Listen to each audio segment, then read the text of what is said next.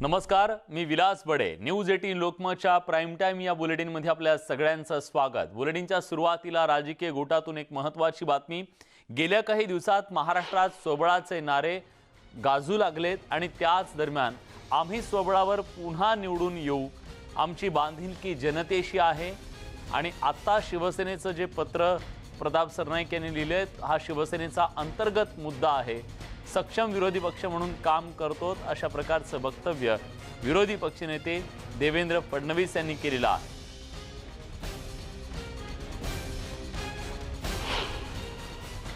अनेकांची इच्छा असू शकते, परंतु या संदर्भात आमचं स्पष्ट मत आहे, हा शिवसेनेचा अंतर्गत मुद्दा आहे. तो त्यांनी त्यांच्या प्रमुखांना लिहिला आहे. त्यांच्या प्रमुखांनी त्यांना काय सांगायचं आहे. भारतीय जनता पक्षाचं एक पक्ष आहे. आम्ही सक्षम विरोधी पक्ष म्हणून काम करतो आहे. जनतेचे प्रश्न आम्ही समोर मांडतो आहे आणि आम्हाला विश्वास आहे की जनतेच्या मनामध्ये आता आम्ही ज्या प्रकारे आमची प्रतिमा तयार केली आहे. मागच्या वेळेस आम्ही सिंगल लार्जेस्ट पार्टी होतो, पण आमचं बहुमत नव्हतं कारण आम्ही युतीत लढलो होतो. येत्या काळामध्ये आम्ही बहुमताने निवडून येऊ असा आम्हाला विश्वास आहे. अनेकांकडून दावा केला जातोय. काल देखील उद्धव ठाकरे म्हटलं की सोबळावर लढण्याची तयारी दर्शवावी. भाजपची कितपत तयारी झाली? काँग्रेस विशेषतः असं आहे की भारतीय जनता पार्टी तर सोबळावरच लढते आहे. प्रश्न त्यांचाच आहे. आता ते त्यांनी आपापसात ठरवायचं आहे. कोणी कोणाला जोडे मारायचे आहेत, कोणी कोणाला हार घालायचे आहेत, कोणी कोणाच्या सोबत जायचं आहे. हा त्यांचा निर्णय त्यांना करायचा आहे. आम्हाला काही त्याच्या संदर्भात नाही आहे. आमची बांधिलकी ही जनतेशी आहे आणि जनतेच्या बांधिलकीतनं भारतीय जनता पार्टी काम करत राहील. यानंतर राजकीय गोटातून आणखीन एक मोठी बातमी, ती म्हणजे शरद पवार यांच्या दिल्ली दौऱ्याची. शरद पवार रात्री 8 वाजता दिल्लीत दाखल होणार आहेत. शरद पवारांच्या दिल्ली दौऱ्यानं चर्चेला एकच उधाण आलंय. मोदी ठाकरे भेटीच्या नंतर दिल्लीत पवार दाखल होत आहेत आणि त्यांच्या दिल्ली बारीचं कारण मात्र अजूनही गुलदस्त्यात आहे.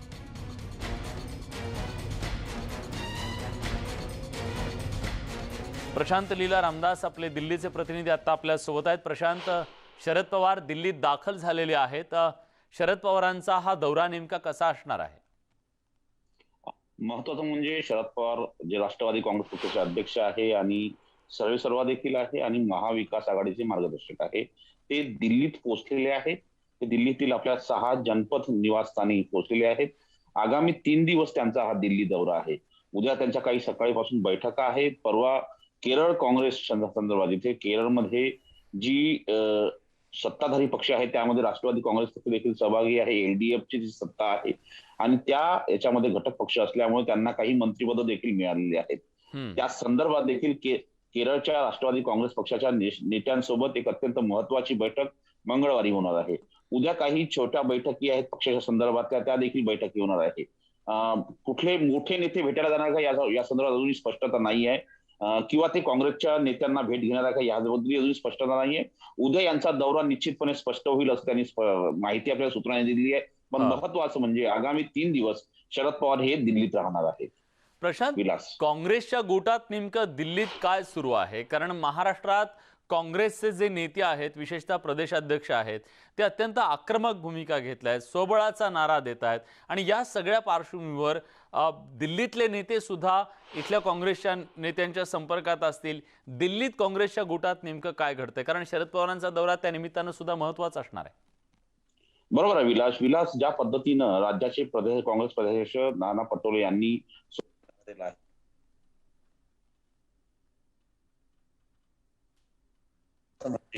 आगामी 3 दिवस जे दिल्लीत राहून ज्या पद्धतीनं त्यांची माहिती मिळणार आहे, त्यामध्ये पक्षानं स्पष्ट केलं आहे की एकतर आगामी 5 वर्षापर्यंत काँग्रेस, शिवसेना आणि राष्ट्रवादी काँग्रेस पक्षाची सत्ता राहणार आहे.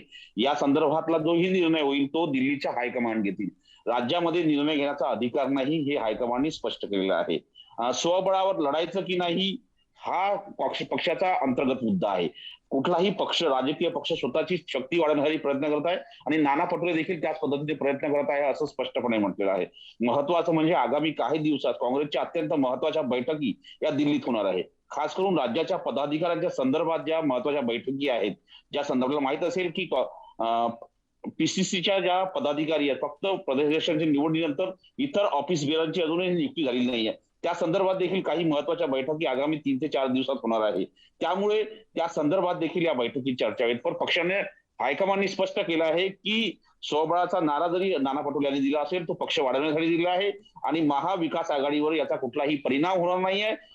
5 वर्षासाठी आम्ही पाठिंबा दिलेला आहे आणि काँग्रेसने हे स्पष्ट केलं आहे की आम्ही ऑलरेडी पाठिंबा दिला आहे. त्यासाठी कॉमन मिनिमम प्रोग्राम देखील तयार झालेला आहे. असं असताना दरम्यानच्या काळात कोणीही या संदर्भात विचार करू नये. काँग्रेस, राष्ट्रवादी काँग्रेस आणि शिवसेना या तिघांची सत्ता कायम राहील आणि महाविकास आघाडी आगामी 5 वर्षापर्यंत तटस्थ राहील असे हायकमांडनी स्पष्ट केलेलं आहे. विलास. प्रशांत, आता ज्या राजकीय पार्श्वभूमीवर शरद पवार यांचा हा दिल्ली दौरा आहे त्याला पार्श्वभूमी पंतप्रधान नरेंद्र मोदी यांची आणि मुख्यमंत्री उद्धव ठाकरे यांची झालेली भेट, त्यानंतर काँग्रेसकडून येणारी वक्तव्य आणि आज एक लेटर बॉम्ब पडलेला आहे जो शिवसेनेच्या आमदारांनी टाकलेला आहे. या सगळ्या पार्श्वभूमीवर दिल्लीत शरद पवार यांच्या दौऱ्याकडे कसं पाहिलं जात आहे त्याच्याबद्दलची काय चर्चा आहे? महत्वाचं म्हणजे शरद पवार यांचा दौरा हा निश्चित होता, कारण की गेल्या अनेक दिवसांपासून शरद पवार हे दिल्लीत आले नव्हते. त्यामुळे आगामी 3 ते 4 दिवस ते दिल्लीत राहण्याची शक्यता व्यक्त केली जात आहे. महत्वाचं म्हणजे यापूर्वी सूत्रांनी माहिती दिली आहे की आगामी 3 दिवस त्यांचे विविध बैठका आहे. उद्या देखील बैठका आहेत, पण त्यांची अत्यंत महत्वाची बैठक हे केरळ राष्ट्रवादी काँग्रेस पक्षाची आहे. त्यानंतर होऊ शकतं की इथंही काही महत्वाच्या भेटी असेल. मग सोबतच भारतीय जनता पक्षाचे नेते त्यांना भेटायला येतात का हे देखील पाहणं महत्वाचं ठरणार आहे. पण या घडीला हे स्पष्ट नाही आहे की पंतप्रधानांची ती भेट घेणार आहे की नाही घेणार आहे, कारण की राज्यामध्ये जो ज्या पद्धतीने चक्रीवादळ आलं होतं त्या चक्रीवादळाच्या मुद्द्यावरती केंद्र अतिरिक्त मदत देण्याची मागणी उद्धव ठाकरे यांनी केली आहे. त्याच धर्तीवरती राष्ट्रवादी काँग्रेस पक्षाच्या वतीनं देखील वेगळी मागणी पंतप्रधानांना केली जाऊ शकते. त्यामुळे जर पंतप्रधान आणि शरद पवारांची भेट होत असेल तर एक मोठं राजकीय वातावरण यामुळे बदलण्याची शक्यता व्यक्त केली जात आहे. आपल्याला माहित असेल की नरेंद्र मोदी हे शरद पवारांना आपलं गुरु मानतात. त्यामुळे या पार्श्वभूमीवर ही भेट होते का हे देखील पाहणं महत्वाचं आहे. पण सोबतच ज्या पद्धतीनं उद्यापासून आता आगामी 3 दिवस हे बैठकांचे सत्र सतत सुरू झालं आहे आणि याच्या वेळी राजकीय केंद्रस्थानी हे 6 जनपद असेल जे शरद पवारांचं निवासस्थान आहे. विलास. धन्यवाद प्रशांत, तुम्ही दिलेल्या सगळ्या सविस्तर माहितीबद्दल. आणि यानंतर बातमी आज दिवसभर राजकीय वर्तुळात ज्या बातमीनं खळबळ उडवून दिली त्या पत्राची बातमी, प्रताप सरनाईकांच्या पत्राची बातमी. राज्यात सर्वत्र सध्या चर्चा सुरू आहे ती म्हणजे प्रताप सरनाईकांच्या लेटर बॉम्बची. शिवसेनेचे आमदार प्रताप सरनाईक यांनी मुख्यमंत्री उद्धव ठाकरे यांना एक पत्र लिहिलंय ज्यात त्यांनी भाजपशी पुन्हा सूत जुळवण्याचा विचार करावा अशी मागणी केली आहे. राष्ट्रवादी काँग्रेस दुसऱ्या पक्षाचे नेते कार्यकर्ते फोडण्यापेक्षा शिवसेनेचे नेते कार्यकर्ते फोडत असल्याचं चित्र आहे. आतापर्यंत राज्यात आपली युती तुटली असली तरी युतीच्या नेत्यांचे वैयक्तिक संबंध, जिव्हाळा अनेक नेत्यांमध्ये तसाच आहे. ते अजूनही तुटण्याआधी परत जुळवून घेतलेलं बरं होईल, तर त्याचा फायदा आमच्यासारख्या काही कार्यकर्त्यांना, शिवसेनेला भविष्यात होईल असंही या पत्रात म्हटलंय. या पत्रानंतर राज्याच्या राजकारणात मोठी खळबळ उडाली आहे.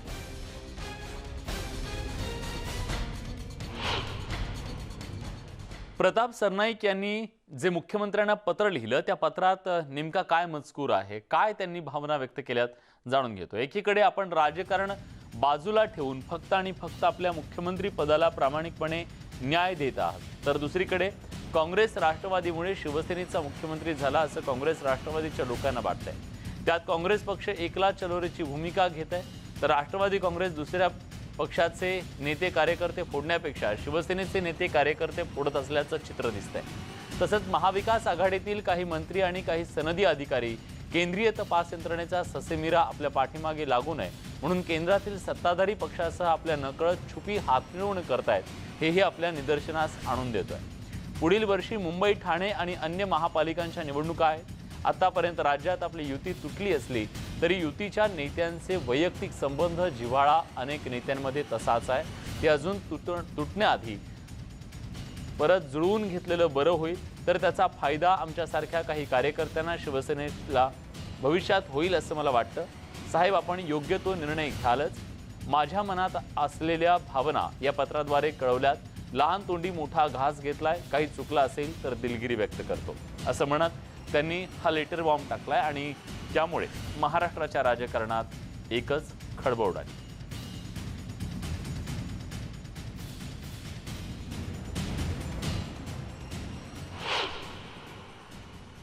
शिवसेनेचे आमदार प्रताप सरनाईक यांनी मुख्यमंत्री उद्धव ठाकरेंना पत्र लिहून भाजपसोबत पुन्हा जुळवून घेण्याची विनंती केल्यानं शिवसेनेत एकच खळबळ उडाली आहे. शिवसेनेचे खासदार संजय राऊत यांनी या पत्रावर नेमकी काय प्रतिक्रिया दिली आहे ऐकूया. या सगळ्या विषयावरती त्यांनी त्यांचं पुढे काय मत मांडलं असेल त्याच्यावरती प्रतिक्रिया द्यावं असं काय आहे हा पहिला प्रश्न. आणि त्या पत्रामध्ये असं एक फार महत्त्वाचं वाक्य आहे जे मी तुमच्या माध्यमातून पाहतो की विनाकारण त्रास दिला जातो. आता विनाकारण त्रास कोण कोणाला आणि का देत आहे हा या पत्रातला एक महत्त्वाचा मुद्दा आहे. विनाकारण त्रास आणि त्या त्रासाला कंटाळून त्यांनी जर पत्र लिहिलं असेल तर तो विनाकारण त्रास काय आहे याचा अभ्यास सगळ्यांनी करणं गरजेचं आहे. दरम्यान हा शिवसेनेचा अंतर्गत प्रश्न असल्याचं सांगत काँग्रेसचे प्रदेशाध्यक्ष नाना पटोले यांनी या पत्रावर जास्त बोलायला नकार दिलाय. काँग्रेस आणि राष्ट्रवादी काँग्रेसचे नेते हे शिवसेनेचे कार्यकर्ते फोडतायत, त्यामुळे शिवसेनेने पुन्हा भारतीय जनता पक्षासोबत युती करावी. बघा आता त्यांच्या पक्षाचा अंतर्गत मामला येतो त्याच्यामध्ये आम्ही कोणाच्या पक्षाच्या अंतर्गत मामल्यामध्ये हस्तक्षेप करणं हे काँग्रेसचं कधी राहिलेलं नाही. त्यामुळे त्यांच्या पक्षाचा प्रश्न आहे, आमच्या पक्षाचा तो प्रश्न.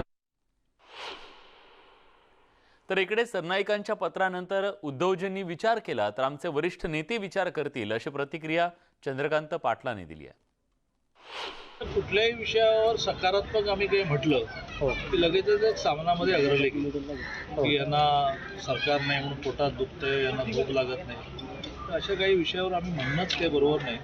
प्रताप सरनाईक त्यांचे आमदार आहेत, नेते आहेत, त्यांनी उद्धवजींना विनंती केली, उद्धवजींनी त्या विनंतीचा विचार केला तर आमचे नेतेवर बसलेले आहेत ते विचार करतील. पण आता प्रताप सरनाईकांना जे वाटतंय तेच खरं म्हणजे 18 महिन्यापूर्वी आम्ही घसा कोरडा करून सांगत होतो की ज्यांच्या विरुद्ध लढण्यासाठी स्वर्गीय बाळासाहेब ठाकरेंनी आयुष्य घालवलं त्यांच्या मांडीला पुढे बसता. दरम्यान शिवसेनेच्या एका आमदारानं आपल्या मनातली खंत बोलून दाखवली, त्याबद्दल उद्धव ठाकरे नक्की विचार करतील अशी प्रतिक्रिया विरोधी पक्षनेते प्रवीण दरेकर यांनी दिली आहे. शिवसेना आमदार प्रताप सरनाईक यांच्या पत्राच्या बॉम्बमुळे आता महाराष्ट्राच्या राजकारणात एक मोठा भूकंप झालेला आहे आणि त्याचे दूरगामी परिणाम हे महाराष्ट्राच्या राजकारणावर होणार आहेत. या संपूर्ण विषयाबद्दल बोलण्यासाठी आपल्याबरोबर आहे विधान परिषदेचे विरोधी पक्षनेता प्रवीण दरेकरजी. सगळ्यात आधी तर या लेटरमध्ये जे काही म्हटलं आहे त्याच्यावर आपली प्रतिक्रिया काय आहे? नाही, प्रताप सरनाईक यांनी महाविकास आघाडीच्या सरकारच्या माध्यमातून शिवसैनिकांची किंवा आमदारांची गळचेपी कशा पद्धतीनं होते आणि महाविकास आघाडी सरकारचा मुख्यमंत्री आपला असतानाही कसा उपयोग होत नाही याची नाराजी व्यक्त करणारं ते पत्र त्या ठिकाणी आहे. आणि प्रताप सरनाईक यांनी यामध्ये सत्तेत असताना आम्हाला सत्तेचा उपयोग नाही, त्या ठिकाणी राष्ट्रवादी काँग्रेसची झटपट त्या ठिकाणी कामं होतात, परंतु शिवसेनेच्या आमदारांची कामं होत नाहीत. आणि खंत व्यथा त्या ठिकाणी सगळ्याच आमदारांची हीच भावना आहे आणि ती भावना व्यक्त आज प्रताप सरनाईक यांच्या पत्राच्या माध्यमातून त्या ठिकाणी झाले. तुम्हाला वाटतं की इतरही असे आमदार आहेत जे येत्या काळामध्ये आपली मतं व्यक्त करतील किंवा भावना व्यक्त करतील? नाही, 100% आता त्यांनी व्यक्त करतील नाही करतील माहीत नाही, पण त्या भावना आहेत हे 100%. आणि मला वाटतं ही प्रातिनिधिक स्वरूपामध्ये पक्षप्रमुखांकडे त्यांनी भावना व्यक्त केली आणि त्याची दखलही उद्धवजी घेतील असं मला त्या ठिकाणी वाटतंय. परंतु जवळपास सगळ्याच आमदारांची अशा प्रकारची भावना आहे. कारण आपण बघाल की सत्तेत राहून एकमेकांचे पाय ओढत आहेत, म्हणजे आम्ही महाविकास आघाडी एकत्रित राहणार आहोत, त्याच वेळेला सांगायचं आम्ही स्वबळावर लढणार आहोत. कसं काय शक्य होऊ शकतं? म्हणजे आम्ही वाढणार, तिघे एकत्र राहून आम्ही एकमेकांचे पाय ओढणार, कसं काय आपण वाढणार? तर सरनाईकांच्या लेटर बॉम्बवर भाजपच्या नेत्या पंकजा मुंडे यांनी काय प्रतिक्रिया दिली आहे जाणून घेऊयात. प्रताप सरनाईकांनी पत्र लिहिलंय उद्धव ठाकरेंना की आपण परत भाजपसोबत जावं, जेणेकरून जे काय करते चौकशी वगैरे सगळं सुरू मला या पत्राची माहिती देऊन असं पत्र दिलं असेल तर त्याचं स्वागत आहे. काही दिवसांपूर्वी काँग्रेसनं स्वबळाचा नारा दिला. काँग्रेसच्या या स्वबळाच्या नाऱ्यावर राष्ट्रवादी काँग्रेसचे प्रदेशाध्यक्ष जयंत पाटील यांनी मोठं वक्तव्य केलंय. काँग्रेसनं शेवटपर्यंत स्वबळाचा आग्रह धरला तर शिवसेना राष्ट्रवादी एकत्र येईल असं जयंत पाटील म्हणाले. पक्ष एकत्रित आहोत, त्यांचे अध्यक्ष वेगळ्या ठिकाणी असं जरी सांगत असले, ज्यावेळी परिस्थिती येईल त्यावेळी सगळे आम्ही एकत्रित लढू असं मला वाटतंय. शेवटी मी त्या दिवशी सांगितलं की जर तसं त्यांनी शेवटपर्यंत स्वबळाचाच आग्रह धरला तर शिवसेना आणि राष्ट्रवादी एकत्रित अशा कोणत्याही गोष्टीला सामोरं जाईल. दरम्यान पक्षाचा विस्तार वाढवण्याचा अधिकार सगळ्यांनाच असल्याचं ग्रामविकास मंत्री हसन मुश्रीफ यांनी म्हटलंय. 5 वर्ष आम्ही उद्धव ठाकरेंच्या सरकारमध्ये काम करणार असल्याचं ते म्हणाले. पण स्थानिक स्वराज्य संस्थांच्या निवडणुका स्वतंत्र लढणार हे प्रत्येकाचं ठरलं असल्याचंही त्यांनी स्पष्ट केलं. आम्ही वेगवेगळे लढलो नाही तर विरोधकांचा फायदा होईल असं मत मंत्री हसन मुश्रीफ यांनी व्यक्त केलंय. पक्षाचा विस्तार वाढवण्याचा अधिकार आहे. आता आपल्या आघाडी ही महाविकास आघाडी सरकारबद्दल त्या नाना पटोले तुम्ही आत्ता ऐकलं की 5 वर्षे उद्धव ठाकरेंच्या नेतृत्वाखाली आम्ही सरकारमध्ये राहणार, स्थानिक स्वराज्य आम्ही संस्था वेगळं लढणार, सगळं प्रत्येकाचं आहे. आता कोल्हापूरला आम्ही आणि काँग्रेस एकत्र आहे, पण वेगवेगळे लढून आम्ही येतो आणि आम्ही जर वेगवेगळं लढलो नाही तर विरोधकाचा फायदा होईल. म्हणून लढणं एकत्र वेगवेगळं आणि निवडणुकीनंतर एकत्र येणं, हे 20 वर्षे आम्ही कोल्हापूर जिल्ह्यामध्ये हे सगळा प्रयोग करतोय. या सगळ्या महत्त्वाच्या राजकीय घडामोडींसोबत प्राईम टाईम या बुलेटिनमध्ये एक छोटासा ब्रेक घेतोय. ब्रेकनंतर इतर काही महत्त्वाच्या घडामोडी. कुठेही जाऊ नका, पहा फक्त न्यूज 18 लोकमत.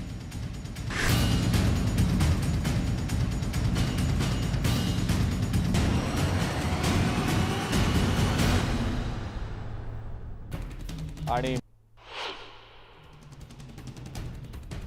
आफ्रिकेतली कोरोनाची स्थिती सुधारण्यासाठी जास्तीत जास्त.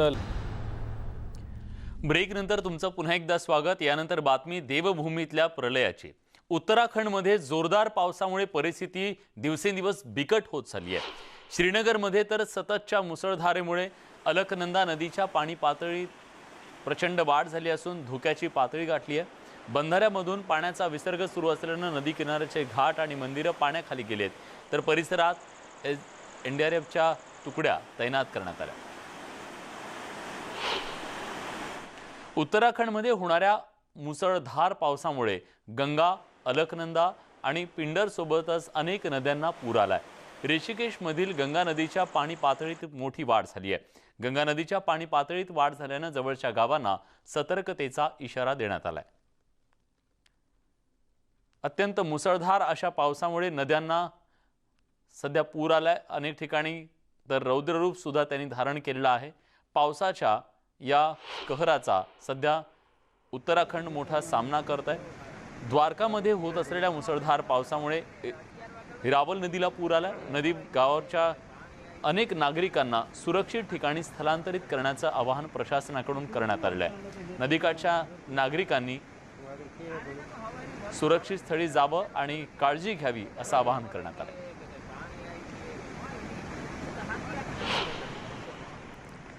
गुजरातमधील द्वारकामध्ये मुसळधार पाऊस कोसळतोय. जोरदार पावसामुळे गावातील रस्ते पाण्याखाली गेलेत. रस्त्यांवर नदी वाहते असं चित्र निर्माण झालंय. जिल्ह्यातल्या अनेक भागात पूरजन्य परिस्थिती निर्माण झाली आहे.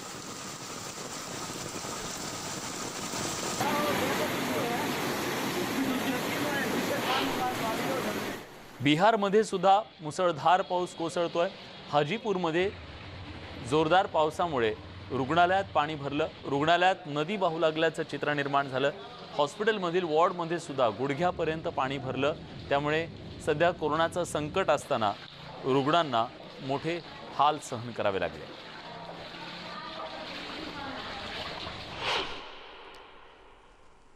नेपाळमधून उत्तर प्रदेशात अनेक नद्या वाहतात. नेपाळमध्ये कोसळणाऱ्या पावसानं घागरा नदीच्या पाणी पातळीत मोठी वाढ झाली आहे. सतत कोसळणाऱ्या पावसामुळे शहर आणि गावांना जोडणारे रस्ते पाण्याखाली गेलेत. अनेक रस्ते वाहून गेलेत.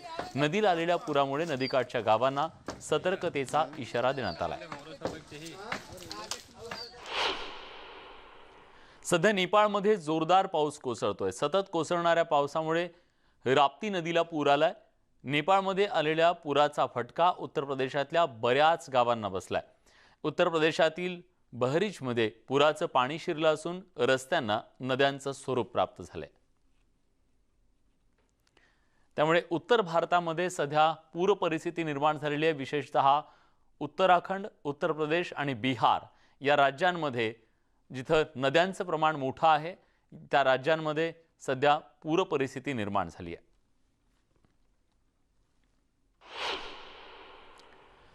या सगळ्या महत्त्वाच्या घडामोडींसोबत प्राईम टाईम या बुलेटिनमध्ये आपण इथेच थांबतोय. पण ब्रेकवर जाण्यापूर्वी महत्त्वाची आठवण. कोरोनाच्या संकट काळामध्ये सध्या काहीशे नियम शिथिल झाले असले, आपल्याला घराबाहेर पडता येत असलं तरी सुद्धा निष्काळजीपणा अजिबात करू नका. कारण आपल्याला तिसरी लाट थोपवायची आहे. कोरोनाचं संकट अजून टळलेलं नाही. त्यामुळे मास्क वापरणं अतिशय गरजेचं आहे. तेव्हा बाहेर पडताना मास्क नक्की वापरा. कुठे जाऊ नका. पहा फक्त न्यूज 18 लोकमत.